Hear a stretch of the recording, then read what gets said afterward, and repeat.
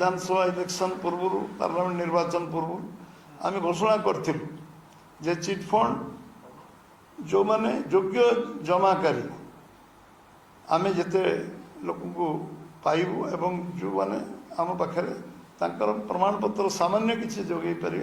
समस्त को आम टंका फेरस्त दबू आ जमाकारी माने समस्ते जार पैसा जाइए सरकार रो दायित्व होची लोक विश्वास विश्वसनीयता रखा एवं जो माने टंका जमा कर गोटे सरकार थिबा कारण सरकार विश्वास करके जमा से रखिंट एवं मुझे आपको धन्यवाद देवी आमर राज्यर मुख्यमंत्री मोहन चरण माझी को जे गोटे वर्ष भितर से 1,26,137 जन योग्य जमाकारी को टंका फेरस्त दे पारछंती एवं एवं घोषणा भी करछंती योग्य जमाकारी को 3-4 मास भितर मैक्सिमम 4 मंथ तांको 5 लाख योग्य जमाकारी को टंका फेरस्त देवे